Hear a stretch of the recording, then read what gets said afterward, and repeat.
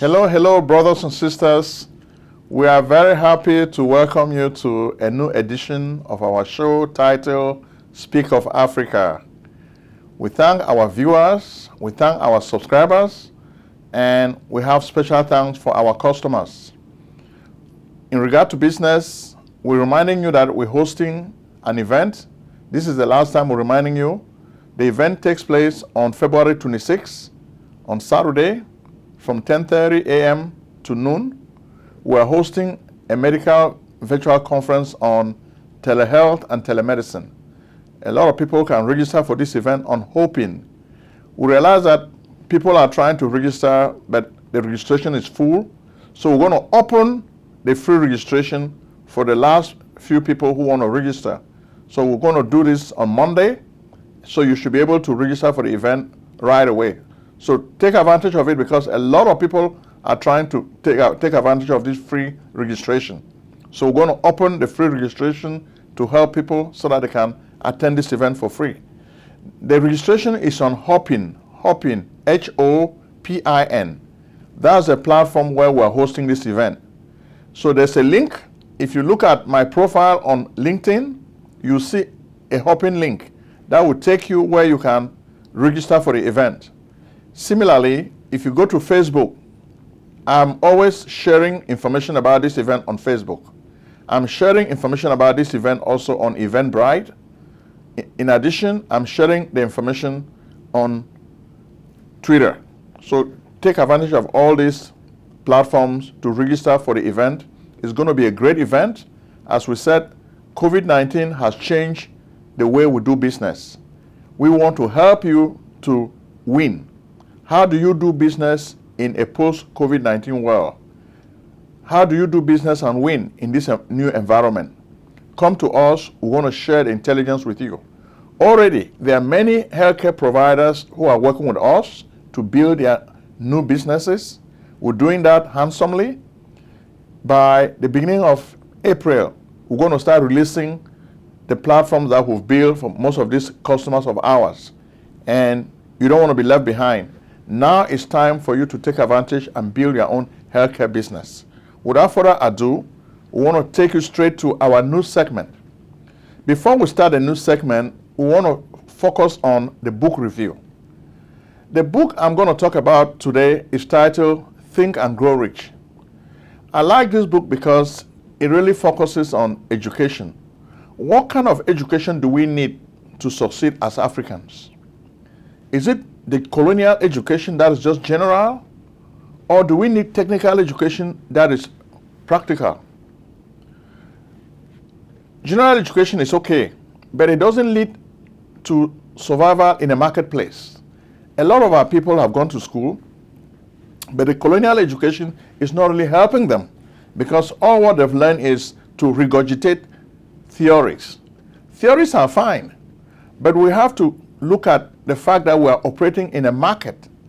The global marketplace is very broad. Africa is falling behind because we are not competing well. Look at the Asian tigers. Look at the guys from India. Somebody once showed me a picture. A lot of the CEOs in America today have an Indian background. Well, are they better than Africans? Not really. But their leaders changed their system of education from the British colonial system to a more pragmatic American system, which focuses on the creation of services and products. That's the key of American system. They focus on creating products and services. You learn technical knowledge, which leads to the creation of a product or a service. Essentially, we're in a marketplace, so we need to provide products and services. China used to be a communist country, but they've learned the art of capitalism. They know how to create products and services. So the kind of education that I'm talking about is the kind of education recommended by Napoleon Hill in his book titled Think and Grow Rich. Practical education. This is the education that can help you build a product for the marketplace. Before you can build a product, so you want to build the next Facebook, you need to have technical skills. You need to know how to program. If you're not a good programmer, how are you going to build a product like this? Or you need to be able to hire programmers who know how to do it. For example, we've just built an app for healthcare. We designed this app ourselves.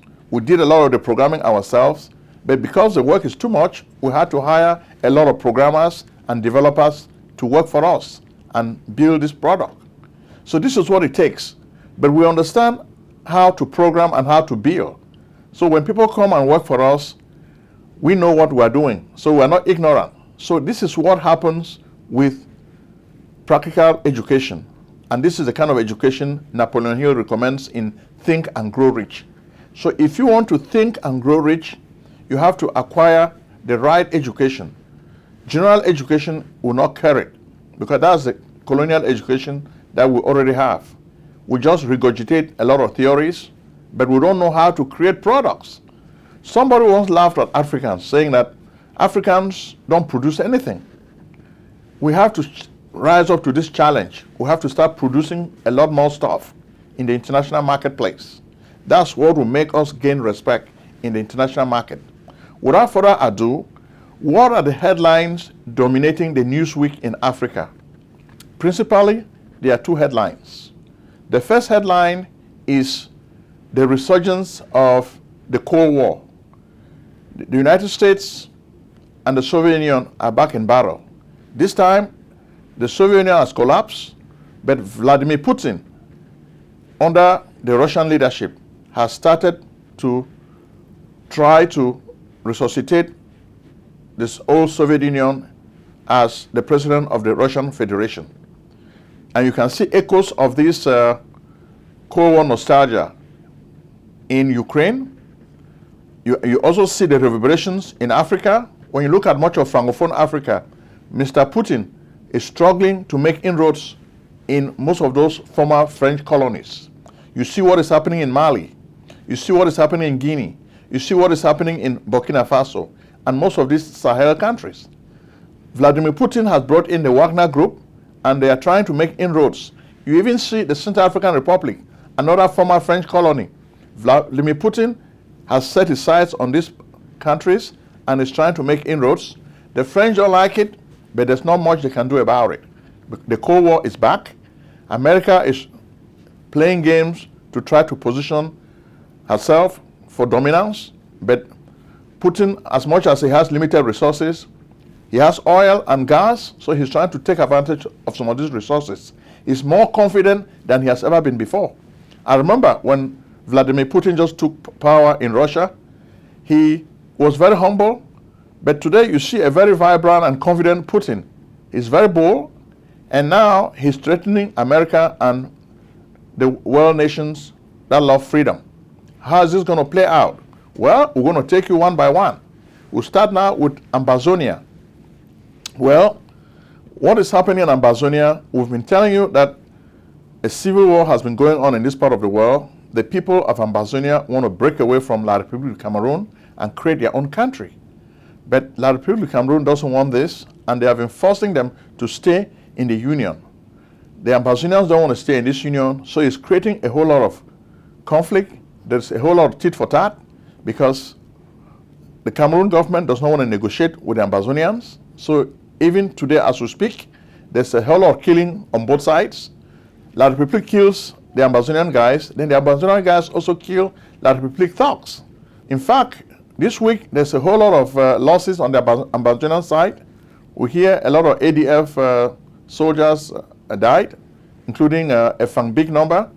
May their souls rest in peace. Even our hero, Field Marshal Nopiri, came under a serious attack.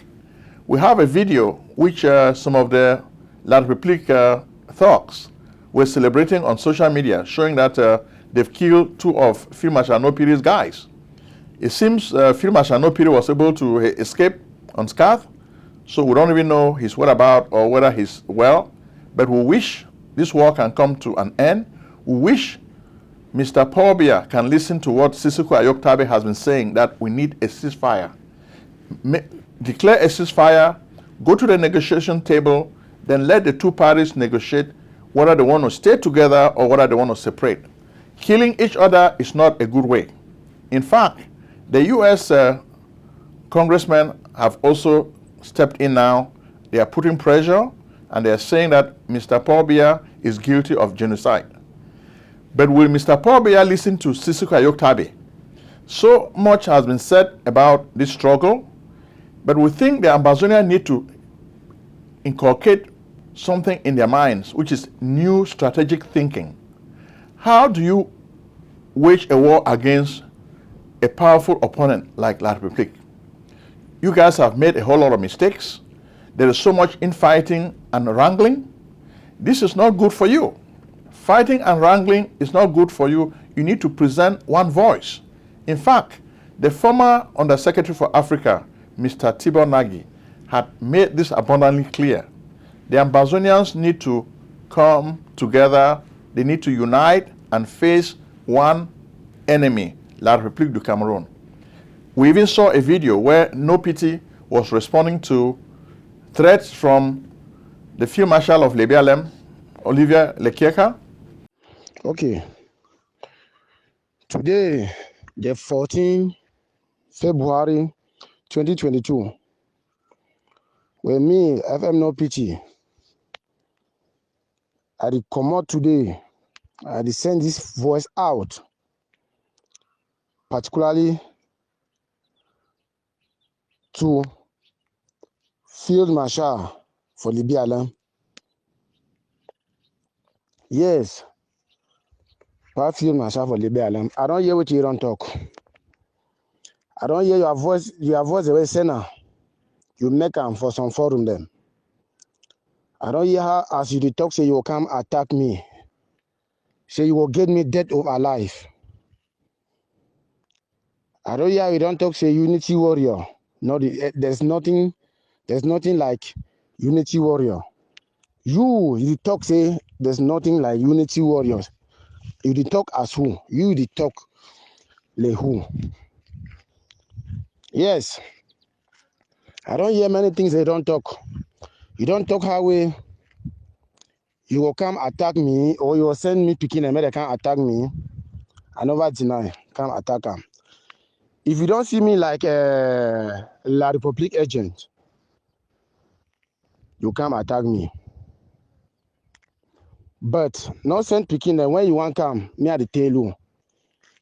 When you want come, if you can't attack me, you just me, you just lead the mission.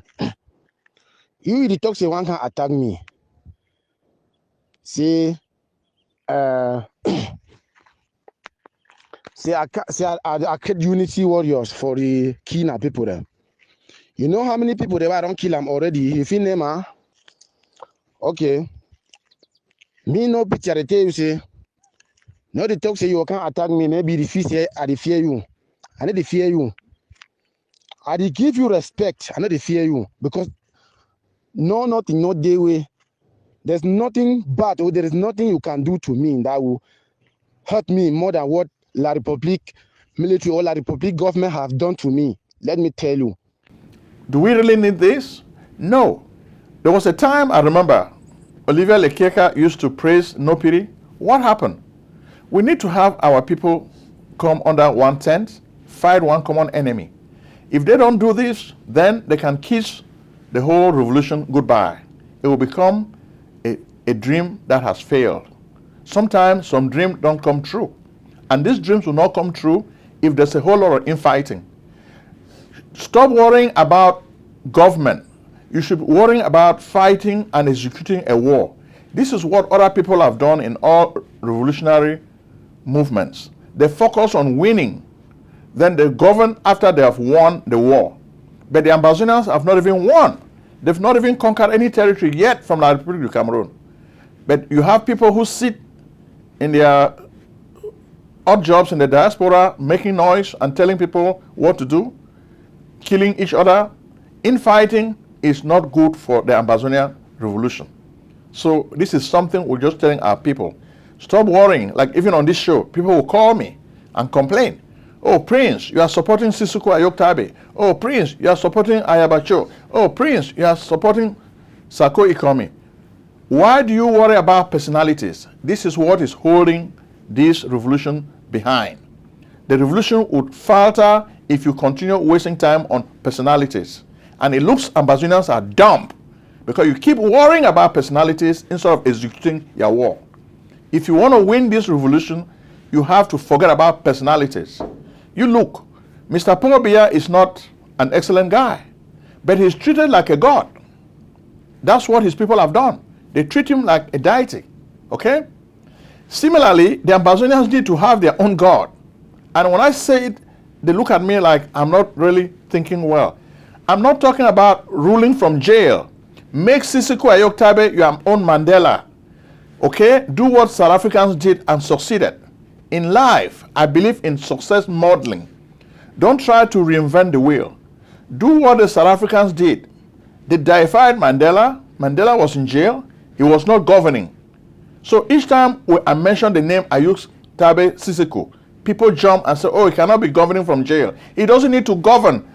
Dumb it, dumb guys. Forget about governing. Forget about government, dumb guys, okay?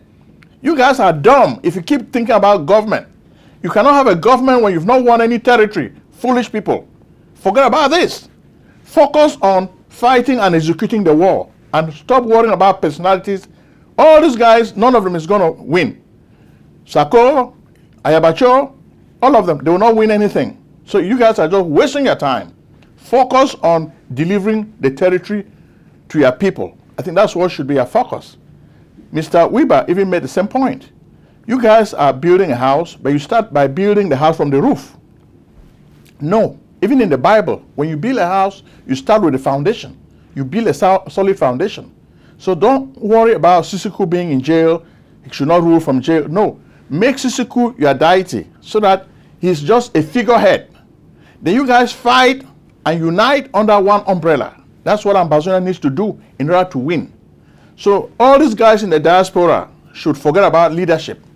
The guys on the ground, such as No Piri, Ten Kobo, Grandpa, who are really fighting, they should be the ones to take over the leadership of this movement. If you guys do this, you have better success.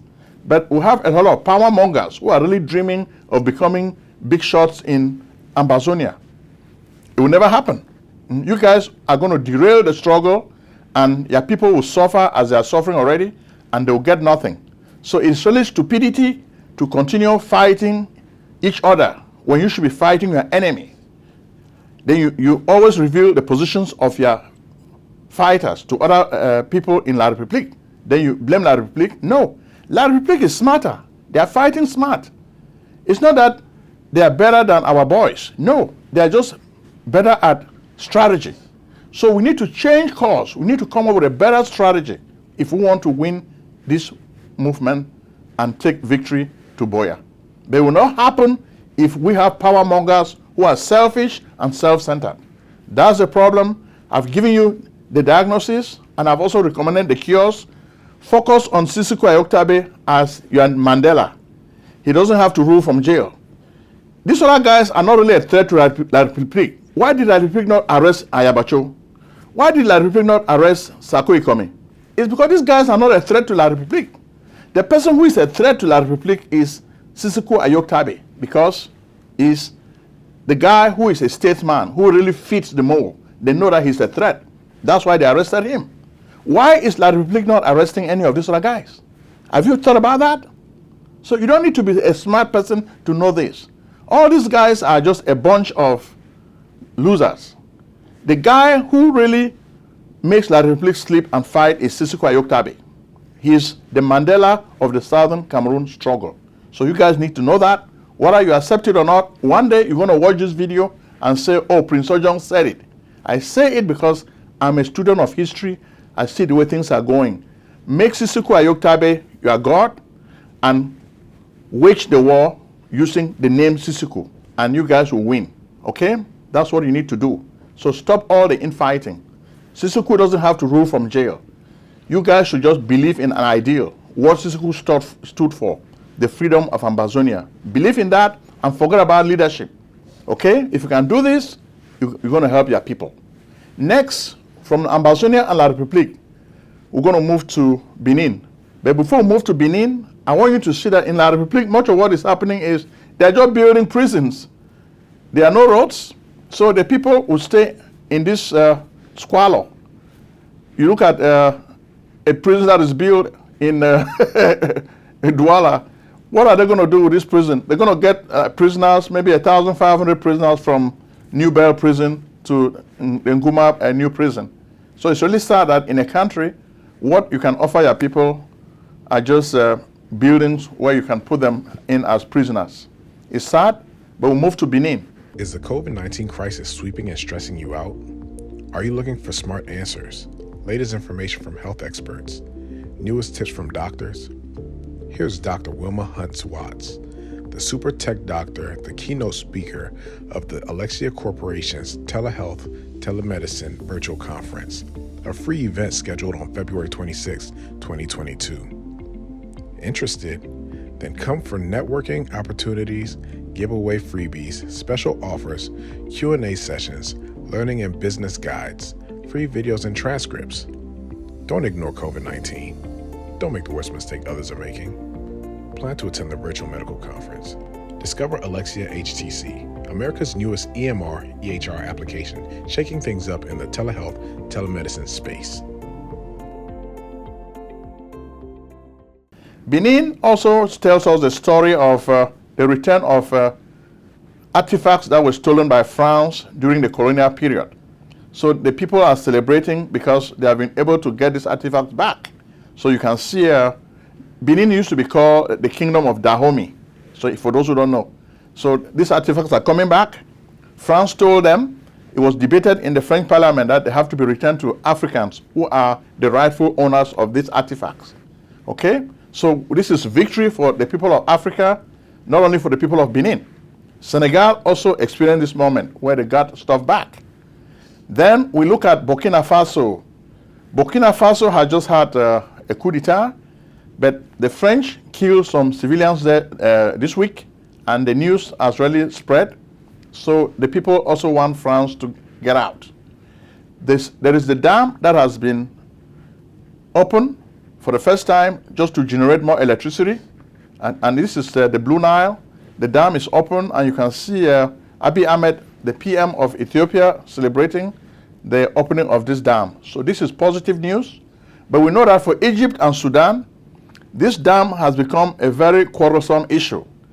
They don't really like it. They feel like Ethiopia will be taking a lot of water. They will consume so much water, and they will be left with less water. So they don't really like it. So it looks like America had even come in to try to sue for peace. But I think the two countries are still dealing with it. From Ethiopia, we move to Guinea. Guinea also had the war. Now you have Mamadi Doumbouya as the head of the military junta. But it looks like the French are losing ground in this part of the world. The Russian group under Vladimir Putin have been making inroads in Guinea. Mamadi Doumbouya is talking to them. So it looks like before long, France will have to leave Guinea also. So it's really sad the way you see it. One French former colony after another is leaving the French fold. You may not like Russia, but because of the Cold War, which we just told you about, Russia is making inroads in Africa again, and they are targeting former French colonies as prey because they feel like if they can get this from France, they can win a whole lot of stuff. Mali tells the same story.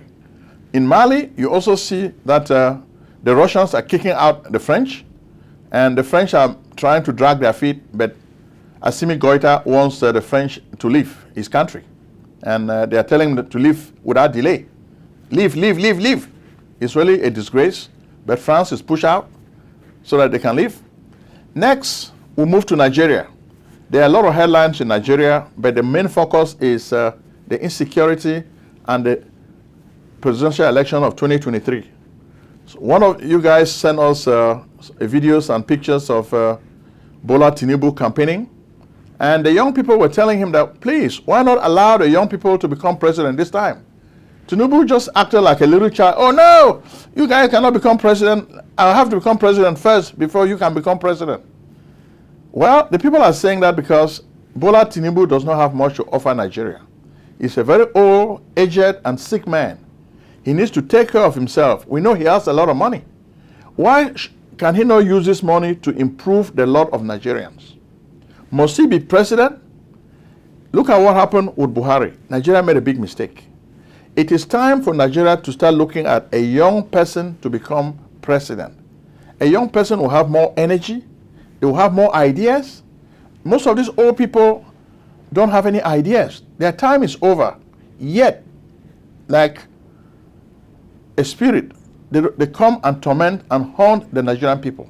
Instead of staying in nursing homes and their kids should take care of them, but they're out here giving Nigerians headache. So this Bola Tinubu story is very, very revealing. A lot of the old people, like Atiku and Bola Tinubu, they should leave the political stage. As they say in Shakespeare, all the world is a stage, and all the men and women are merely players. They have their entrances and exits.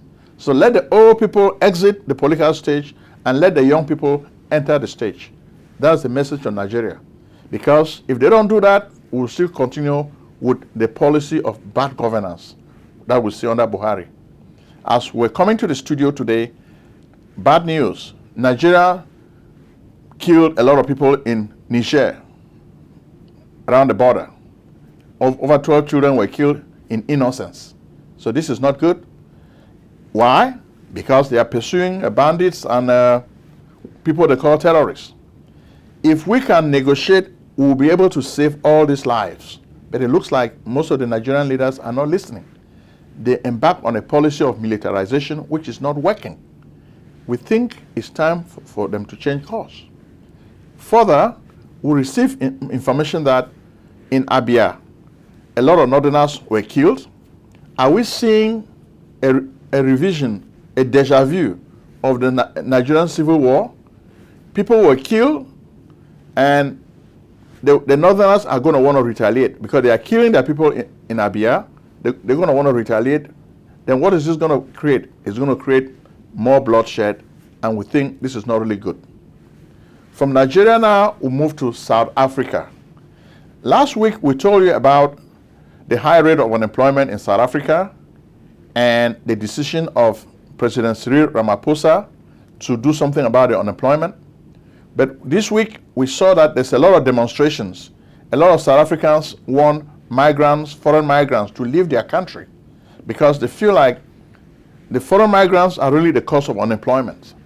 So the government now has to really deal with this issue because when people have problems, they tend to look for scapegoats, and their scapegoats are these foreign migrants. We hope Cyril Ramaphosa can come up with an economic plan to handle this problem with unemployment as quickly as possible. It will be good for his country, and it will be good for peace. Then, of course, there's also bad news in Somalia. We've told you that Al-Shabaab, as a terrorist group, has been operating in this part of the world for long.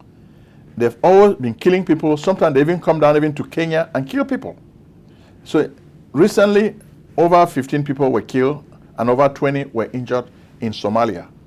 And a few days ago, there was also suicide bombing near the presidential palace. When is this going to end? We need to come back to good governance. The problems that make people angry needs to be resolved. If we don't resolve these problems, we'll continue having problems in Africa. There will be no peace. We need to have unity, okay? We need to have unity. Thank you for watching the show of today. But before we leave, we want to tell you to remember that we have a virtual conference on February 26th, which is a Saturday morning. So go to Hopin, H-O-P-I-N. That's the platform where we're hosting this event. Get your free ticket. Because of popular demand, we're going to make it possible for people to get free tickets to attend this event. They have closed the free ticket system, but I'm going to open it so that more people can benefit from this event. Thank you very much, and may God bless you.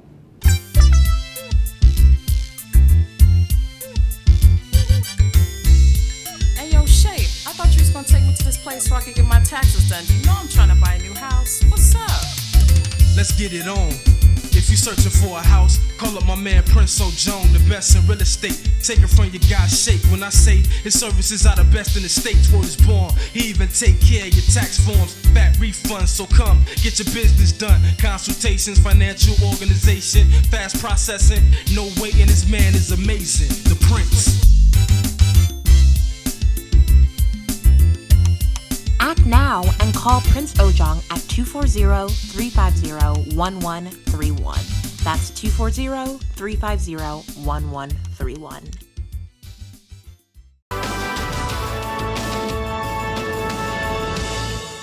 Medical practice software is too old.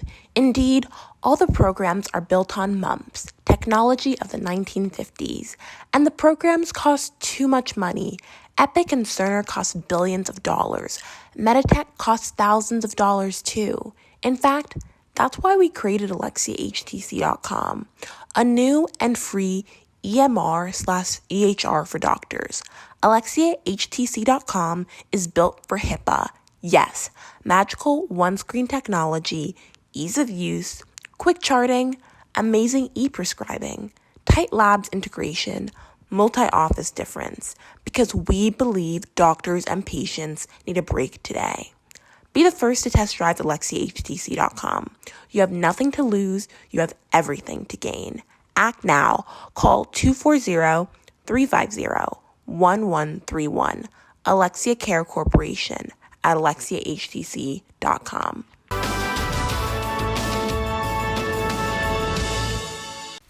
Selling a service or a product? Need buyers? Use the African Nation TV as a channel to reach many viewers. Act now and call Prince Ojong at 240-350-1131. That's 240-350-1131. Act today.